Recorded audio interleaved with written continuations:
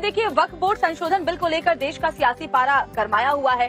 जहां बीजेपी से आम मुसलमानों की मांग बता रही है, वहीं विपक्ष इसे ध्रुवीकरण की राजनीति करार दे रहा है। और खबर ये भी मिल रही है कि मोदी सरकार इसी हफ्ते संसद में बिल ला सकती है। दूसरी तरफ विपक्ष जो है वो रणनीति बनाने में जुटा हुआ है कि विरोध कैसे करना है। रिपोर्ट दिखाते हैं, देखिए जरा।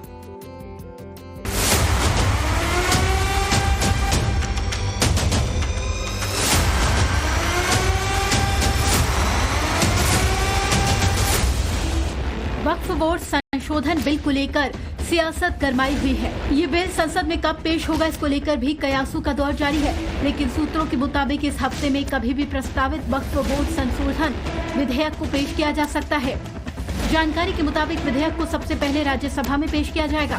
कयास लगाए जा रहे हैं कि इसी हफ्ते विधेयक को राज्यसभा में पेश कर दिया जाएगा।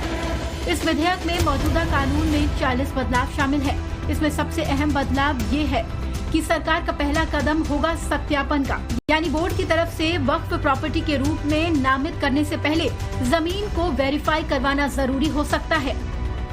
मोदी सरकार का कहना है कि इस बिल के पास हो जाने के बाद वक्फ बोर्ड की शक्तियां पहले की तुलना में और पारदर्शी हो जाएंगी। आम मुसलमान लगातार इसकी मांग कर रहे हैं।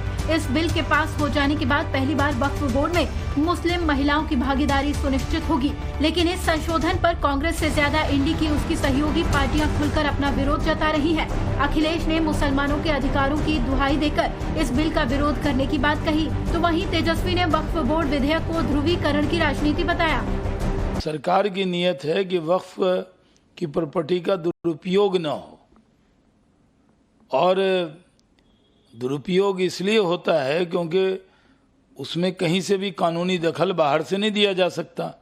सरकार इस पर अमेंडमेंट ला रही है, बिना देखे हुए अभी से हंगामा बर्पा किया जा रहा है। हिंदू मुस्लिम या मुसलमान भाइयों को कैसे उनके अधिकारों को छीना जाए, उनकी अधिकार जो मिले हैं, जिन्हें आज़ादी के अधिकार हैं या उनके स्वतंत्र जो अधिकार हैं, उनके अपने धर्म को लेकर के अपनी कामकाज की व्यवस्था को बनाए रखने के लिए। और केवल वक्फ बोर्ड नहीं, हमारे मुख्यमंत्री देखिए कितने समझदार हैं सरकार के।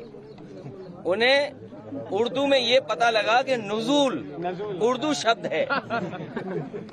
उन्हें समझाते रहे अधिकारी के नुज़ूल का मतलब कुछ और है, लेकिन उन्होंने कहा नहीं, नुज़ूल मतलब मुसलमानों की जमीन है ये। केंद्र सरकार जनहित के काम में नहीं लगी हुई है। उनको देश के गरीबों की भलाई से कोई मतलब नहीं, ना महंगाई से मतलब है, ना गरीबी से मतलब है।